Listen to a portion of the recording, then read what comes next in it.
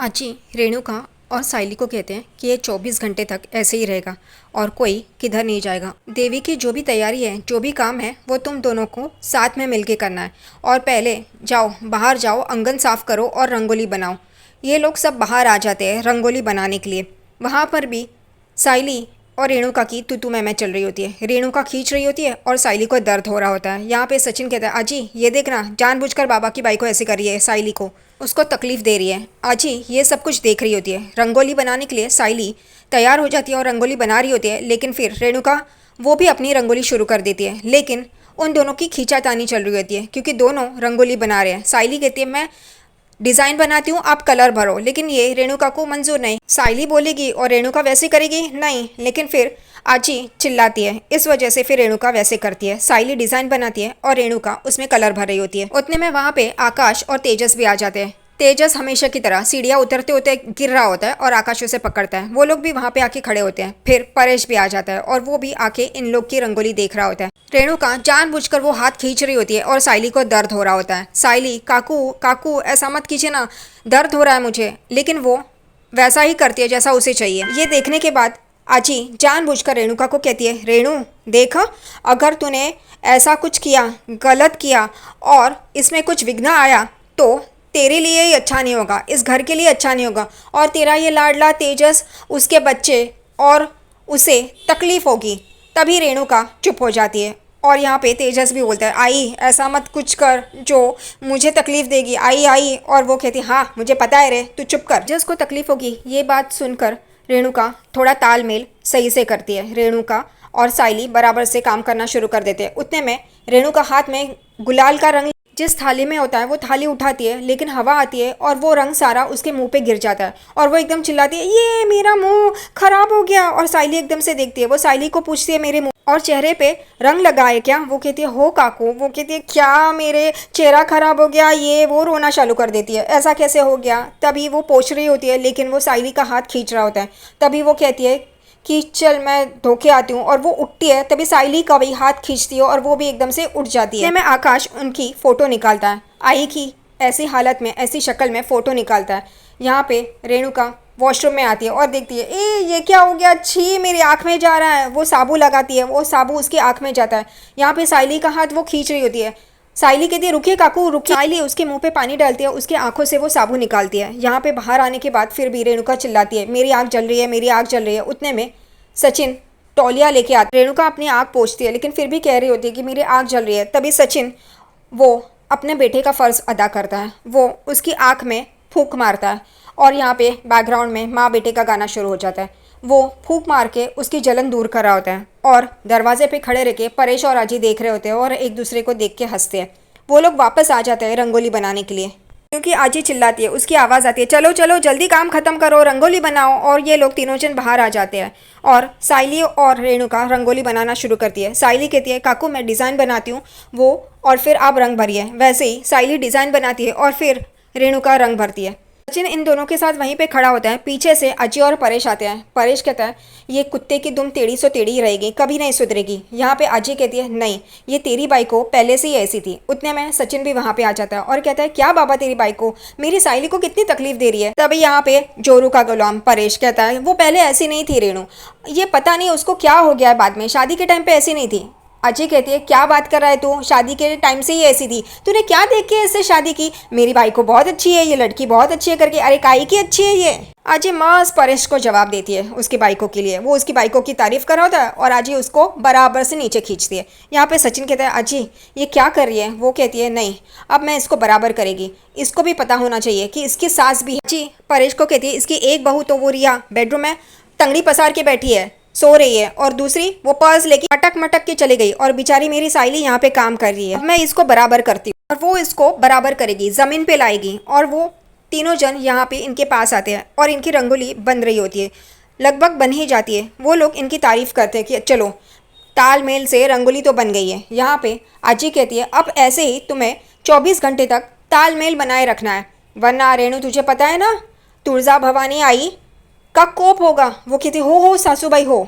दूसरी तरफ तेजस अपना सब माल देख रहा होता, पैसे देख रहा होता और कहता है मैंने इतने पैसे क्यों खर्च किए, मेरे पास तो कुछ पैसे ही नहीं बचे। और उतने में वो दरवाजे की तरफ देखता है और एकदम चौंक जाता है। यहाँ पे टीकू ऐसे अधमरी हालत में आता है, सब बैंडेज लगा के स्टिक लेके चल रहा होता है। वो कहता है तुझे क्या हुआ? तभी टीकू कहता है आपने मुझे वो वसूली के लिए भेजा था ना, उन लोग ने मुझे मारा। वो कहता है क्या बात कर रहा है तू? तभी फिर टीकू उसे बताता है कि वो औरत से पैसा वसूल करने के लिए गया था। वो औरत बीच बाजार में खड़ी होती है, वो कहती है कि देख अब मैं क्या करती हूँ, इन लोगों से ही तुझे पिटवाऊंगी। और वो चीखना शुरू कर देती है कि ये मुझे धमकी दे रहा है, ये कर रहा है, वो कर रहा है। और वो लोग इसे पीटना शुरू कर देते हैं, जो वहाँ पे पब्लिक होती है वो लोग। यहाँ पे तेजस कहता है क्या तू पहले वो इतने से सचिन से पिट गया, अब ये क्या करता है तू, चल जा यहाँ से। वो कहता है साहब मेरी तनख्वाह दे दीजिए ना, मेरी सैलरी दे दीजिए। तेजस कहता है नहीं, तेरी सैलरी वैलरी कुछ नहीं मिलेगी, तूने जितना खाया है ना वो सब तेरा वसूल हो गया, जा तू। और उसे दरवाजे की तरफ खींचता है। फिर भी वो पलट पलट के कह रहा होता है अंडे तो दीजिए, दूध तो दीजिए। तेजस उसको दरवाज़ा खोल के देता है और खुद ही बाहर जाता है। वापस अंदर आता है और बोलता है मेरी शॉप है, तू जा बाहर। और उसे बाहर जाने के लिए कहता है। घर पे साइली और रेणुका सबके लिए चाय बनाती है और वो ट्रे लेके टीपॉय पे रखती है और वहीं पे रेणुका बैठ जाती है क्योंकि उसे तकलीफ होती है, थक गई है। साइली कहती है उठिए काकू, हम लोग को चाय कमरे में देनी है। वो कहती है कमरे में क्यों देनी है, सबको यहाँ पे ही बुलाती हूँ, रुक। और सबको बुलाती है वो। और फिर साइली कहते हैं सचिन, तो वो कहती है तेरा पति है ना, तू बुला। आवाज़ सुन के परेश आ जाता है। रिया, आकाश और रोशनी भी वहाँ पे आ जाते हैं और ये सब देखते हैं और हंस रहे होते हैं। रेणुका इन सबको बोलती है कि तुम लोग कमरे में चाय क्यों चाहिए होती है, यहाँ पे आके लिया करो। तभी परेश कहता है अरे वाह, तू ये बोल रही है, रोज़ तो ऐसे ही होता है। तो वो बोलती है हाँ, लेकिन आज से ये नियम नहीं होगा। और वो बैठ जाता है चाय पीने के लिए। यहाँ पे आकाश परेश को चाय देता है और रोशनी और रिया भी चाय लेते हैं। परेश कहता है रोज़ तो ऐसे ही होता है, साइली तो सबको कमरे में चाय देती है और आज अभी तू। वो कहती है हाँ बस बस हाँ परेश। उतने में सासू बाई आती है, आजी आती है, क्या रेणु। और वो एकदम से उठ जाती है और उसके चक्कर में साइली भी उठ जाती है, उसका हाथ खींचा जाता है। साइली रेणुका को बोलती है काकू आपको उठना है तो बोलिए ना, मुझे दर्द हो रहा है मेरा हाथ। वो बोलती है हाँ हाँ मैडम, मैं आइंदा से बोलूँगी। वो सासू बाई को बोलती है बैठिए ना, चाय पीजिए ना। वो कहती है हाँ तू बोलेगी तो मैं बैठूंगी क्या। आजी भी बैठ जाती है चाय पीने के लिए। फिर रेणुका को भी बैठना होता है तो वो साइली को बोलती है साइली मैं बैठ रही हूँ। वो कहती है हो काकू। और वो दोनों भी बैठ जाते हैं। उतने में सचिन सामान लेके आता है और कहता है आजी मैं सामान लेके आया, तूने जैसा बोला था ना वैसे ही सामान लाया। और वो टेबल पे रखता है और इनके पास आ जाता है। यहाँ पे रेणुका परेशान हो जाती है। वो बोलती सामान, अब और किसका सामान, अब और कौन सी पूजा है सासूबाई। सब लोग हंसने लगते हैं। तभी आजी कहती है अरे रेणु तुझे पता नहीं है, शाम को हम लोग भजन कीर्तन नाच गाना नाटक नौटंकी सब करते हैं, तुझे पता नहीं, याद नहीं है, तूने ये पहले भी किया है। वो कहती है हाँ हाँ सासूबाई वो। तो वो कहती है अब तैयारी तो तुझे ही करनी है। यहाँ पे रिया एकदम से एक्साइट हो जाती है। वो कहती है ग्रैंड मॉम हम क्या करने वाले हैं। वो कहती है कि हम लोग प्ले करने वाले म्यूज़िक डांस। वो कहती है हो ये सब होगा। तो वो खुश हो जाती है। यहाँ पे सचिन कहते हैं अरे वाह मस्त है। तभी परेश रेणुका को चढ़ाना शुरू कर देता है। अरे आई रेणुका बहुत अच्छा गाती है। रेणुका बोलती है मैं डांस करूँगी। तभी वो कहती है कि लेकिन ऐसे कैसे मैं डांस करूँगी, उसके लिए छोड़ना पड़ेगा ना। तभी आजी कहती है नहीं ये तो नहीं छूटेगा। तभी वो कहती फिर। तभी आजी परेश को कहती है आजू बाजू वालों को और बच्चों को भी कहती है तुम अपने फ्रेंड्स को भी बुलाओ और यहाँ पे प्रसाद के लिए सबके लिए बुलाओ। रेणुका कहती है हाँ मैं डांस करूँगी और मेरे डांस स्कूल के बच्चों को भी बुलाऊंगी, हम सब मिलके डांस करेंगे। लेकिन ये ऐसे नहीं हो पाएगा। तभी परेश कहते हैं अरे तू डांस छोड़, तू कितना अच्छा गाती है रेणु, तू गा ना। रेणुका बोलती क्या परेश तुम भी। तभी यहाँ पे रिया कहती है यस आंटी, आपने तो साइली वनी के बर्थडे पे भी गाया था।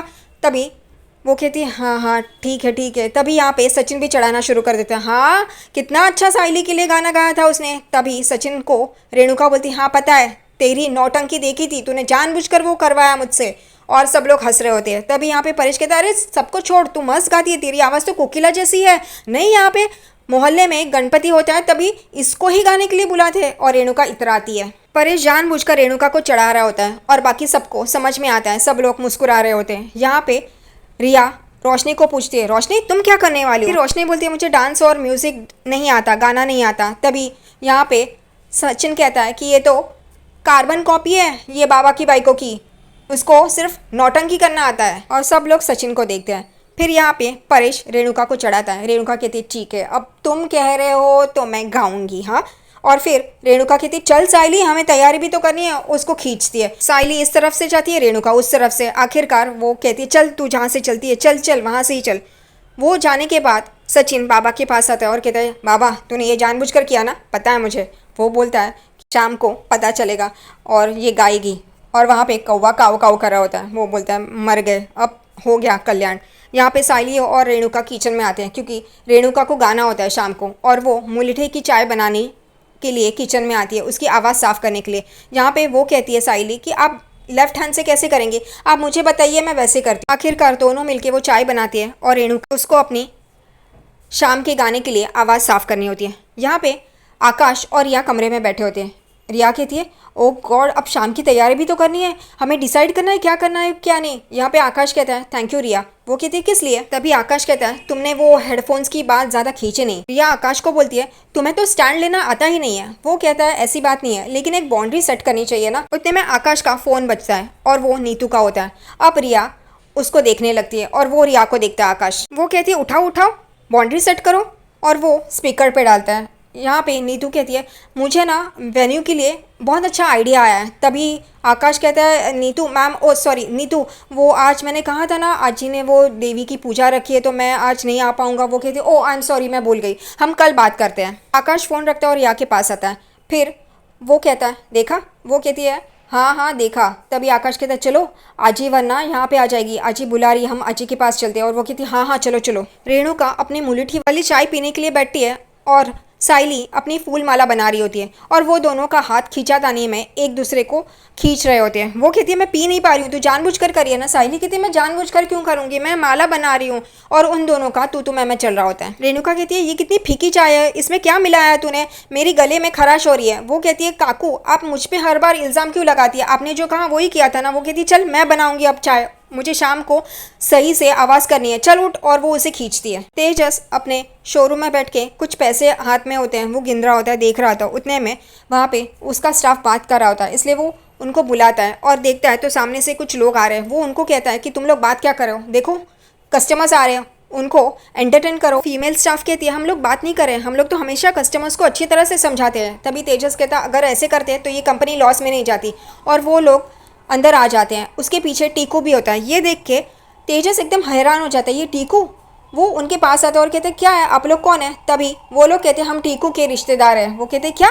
और वो उसको धमकाने लगते हैं तेजस को कि इसके इलाज के पैसे दो, इसकी सैलरी जो रुकाई है वो दो, वरना। वो कहते हैं ऐसे कैसे कर सकते हो तुम, धमका कैसे सकते हो? तेजस उन लोग को बोल रहा होता है, लेकिन वो लोग कहते हैं हम लोग ने ऑलरेडी पुलिस कंप्लेंट किया है। तेजस डर जाता है ये सुन के और वो पीछे पीछे हो रहा होता है। फिर ये लोग उसके सामने आते हैं और कहते हैं अगर तुमने इसके चिकन और मटन के सूप के और इसके पैसे नहीं दिए तो हम लोग पुलिस में जाएंगे। और तेजस को आखिरकार हाँ बोलना ही पड़ता है। वो लोग कहते हैं इससे ही टीकू ठीक हो जाएगा। इस वजह से घर पे रेणुका ने वो मुलठी वाली चाय बनाई है और पी रही होती है और साइली का हाथ खींच रही होती है। वो कहती काकू धीरे धीरे, मेरा हाथ दर्द कर रहा है। और पीछे से आजी और परेश देखते हैं। परेश कहते हैं आई कुछ नहीं हो सकता, ये कभी नहीं सुधर सकती। तभी आजी कहती है तू जा, मैं हूँ ना, मेरे रहते ऐसा कुछ भी नहीं होगा, मैं ये रिश्ता ठीक करके ही रहूँगी। आजी एकदम से चिल्ला दिए रेणु, और वो दोनों एकदम से उठ के खड़े हो जाते हैं। यहाँ पे वो कहती है चल बाकी के काम पड़े हैं चल। और वो मंदिर के यहाँ पे उन दोनों को लेके आती है और सारे घर वाले भी खड़े होते हैं। रोशनी के हाथ में चावल से भरा हुआ कलश होता है। वो रेणुका और साइली को बोलते हैं कि तुम्हें ये कलश, इसमें चावल डालने हैं। तभी रेणुका कहती है कि सासू भाई उसमें ऑलरेडी चावल है ना। और साइली भी हाँ करके मुंडी हिलाती है। आजी मुस्कुराती है और रोशनी करके बोलती है। तभी रोशनी वो कलश उल्टा कर देती है और उसमें से सारे चावल नीचे गिर जाते हैं। वो सारे चावल नीचे ज़मीन पे फेंक रही होती है, डाल रही होती है कलश उल्टा करके। और ये देख के रेणुका और साइली चौंक जाती है कि ये क्या हो रहा है, ये ऐसे क्यों कर रहे हैं। तभी आजी कहती है अब तुम दोनों को ये कलश में ये जो नीचे गिरे हुए चावल है ना, वो एक एक करके उसमें डालने और वो कलश भरना है। रेणुका कहती है क्या सासू भाई कैसे करेंगे, मेरा ये हाथ तो बंधा हुआ है ना, एक हाथ से कैसे करेंगे। तभी आजी कहती है तो देवी का अपमान होगा और वो बुरा मान जाएगी और फिर तेरे घर में धन धान्य की कमतरता होगी। ये सुन के रेणुका एकदम चौंक जाती है। साइली कहती है काकू मैं जैसा बोलती हूँ ना आप वैसा ही कीजिए तो हम ये भर पाएंगे। यहाँ पे ये बोलने के बाद रेणुका भड़क जाती है। वो बोलती अच्छा तो तुम मुझे अब हुक्म दोगी कैसे करना है और कैसे नहीं। यहाँ पे आजी कहती है रेणु तुझे ये करना है वरना घर पे संकट आ जाएगा। बैठो तुम दोनों नीचे। और वो दोनों जन नीचे बैठते हैं वो चावल उठा के वो कलश में डालने के लिए। यहाँ पे सचिन खुश हो जाता है। सचिन बोलता है साइली बराबर से करा। और यहाँ पे वो मज़े ले रहा होता है, कमेंट्री दे रहा होता है। और फिर इन दोनों को अलग अलग कुछ इन दोनों से होता नहीं है। तभी साइली कहती है काकू 1 मिनट आप खींच रहे हो, 1 मिनट। और फिर साइली अपने एक हाथ से वो चावल लेती है और रेणुका अपने दूसरे हाथ से, ऐसे करके वो दोनों उठाते और उस कलश में भरते हैं एक साथ। ये देख के सब लोग खुश हो जाते हैं।